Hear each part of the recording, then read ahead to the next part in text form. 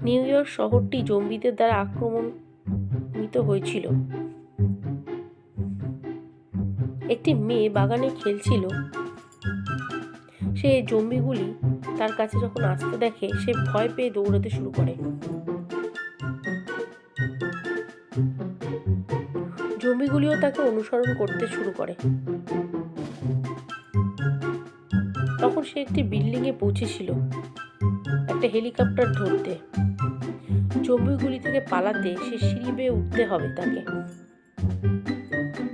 আপনি কি বলতে পারবেন যে হেলিকপ্টারটা ধরতে তাকে কতগুলি সিঁড়ি উঠতে হবে? 6টি, 5টি, 3টি নাকি 2টি?